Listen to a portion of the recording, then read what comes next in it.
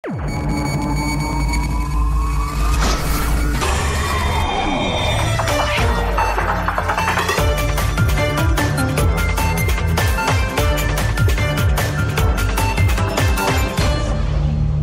Bénin traverse depuis peu une crise en raison des élections législatives prochaines.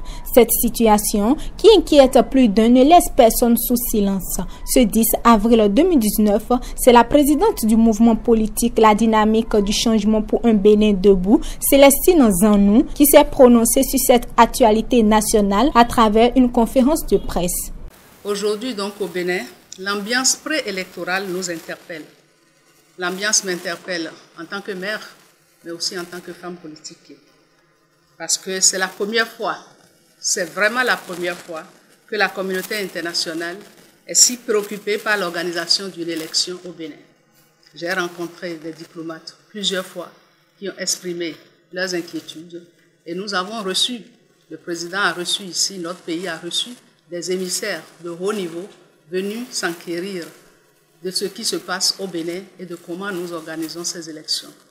Pour avoir été sur d'autres processus électoraux, je crois que je n'ai pas eu droit à ce déploiement de démocratie, notamment récemment au Ghana, où j'étais sur le processus. Nous n'avons pas eu droit à un déploiement de démocratie, de diplomatie aussi impressionnant.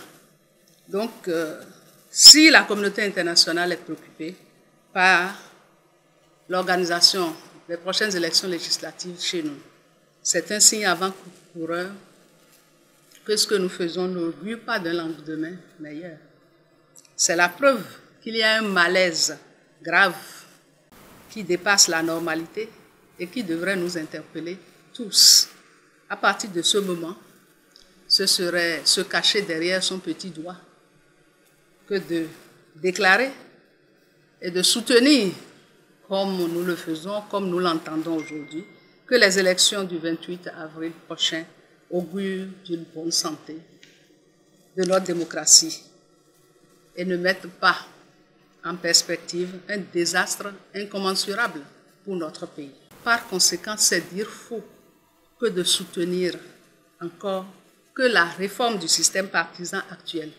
C'est dire faux de dire que cette réforme n'a pas accouché aujourd'hui d'une impasse institutionnelle et constitutionnelle.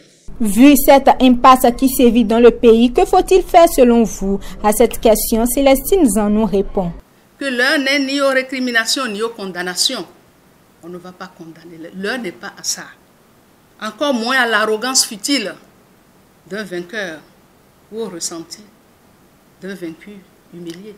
Non, l'heure est à la prise de conscience patriotique pour sauver le pays. L'heure est aussi et surtout à l'humilité. Soyons humbles, on peut se tromper. La force d'un homme, ce n'est pas de ne pas se tromper, mais c'est de pouvoir se relever. Sa force, c'est de pouvoir se relever et de retrouver le vrai chemin. C'est ce que nous enseignent les Saintes Écritures. Donc je nous invite à réunir à tout prix les conditions d'une élection inclusive, au lieu de foncer tête baissée vers une élection pseudo-légale et exclusive. Je voudrais pour cela humblement m'adresser au président de la République pour lui demander de faire usage des prérogatives qui sont les siennes pour ramener le calme et sauver le modèle de la démocratie béninoise.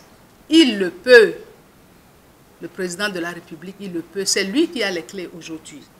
Et l'histoire le lui revaudra un jour. C'est faux de faire croire que réunir les forces vives de la nation pour lever ce boulot que nous prenons par rapport à notre engagement, c'est convoquer une conférence. C'est faux et c'est archi faux. Monsieur le Président de la République, les acteurs du passé dont nous connaissons tous la pratique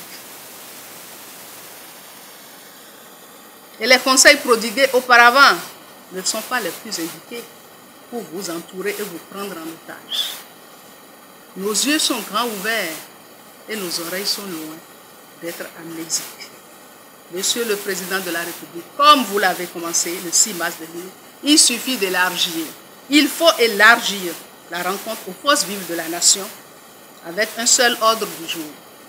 Obtenir le consensus pour permettre d'aller à une élection discutée par tous en offrant aux citoyens la liberté du choix de leurs représentants. C'est bien cela la démocratie. Et dans ce schéma, chacun trouvera son compte.